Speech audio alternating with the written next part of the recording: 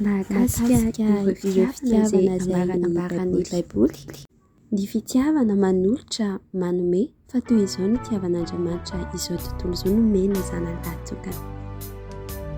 Ny fitiavana maharitra mandrakizay Jérémie 31:3 fa fitiavana mandrakizay no tiavako anao.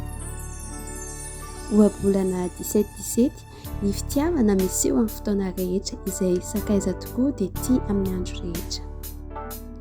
Ny fitiavana mahony tena, maharo-po sady mora fanahy.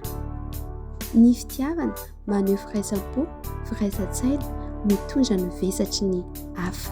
Jakoba 5:10.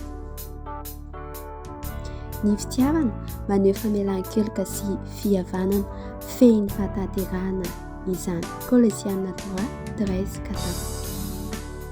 Fehiny ny fitiavana Kristy, tsy misy manana fitiavana lehibe noho izao dia manolotra ny ainy hamonjy ny sakaizana satria maneho ny fitiavana satria tiany ao malalany be voninahitra sady tinty.